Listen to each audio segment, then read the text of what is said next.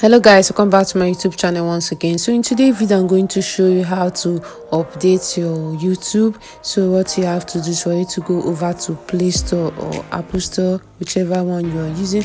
And here is Apple Store. So let me go over to the search area. You can see it over here. Let me go over to the search area and type in YouTube. And you can see YouTube here. Let me go over to it. Look at it. Let me go over to YouTube. And it's showing updates. So you updating your YouTube is going to bring the latest features. So let me go ahead and update it, and it won't take time, and your YouTube account will be update, and you're going to get the latest features on YouTube. So let's wait for some seconds, few seconds, and it will be done.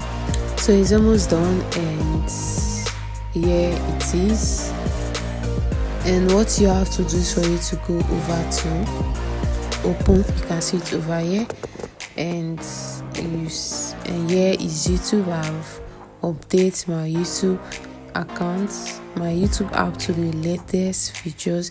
You're going to see the latest features there on YouTube. So guys, this is the end of this video. Don't forget to like and subscribe to my YouTube channel, and see you next time. Bye.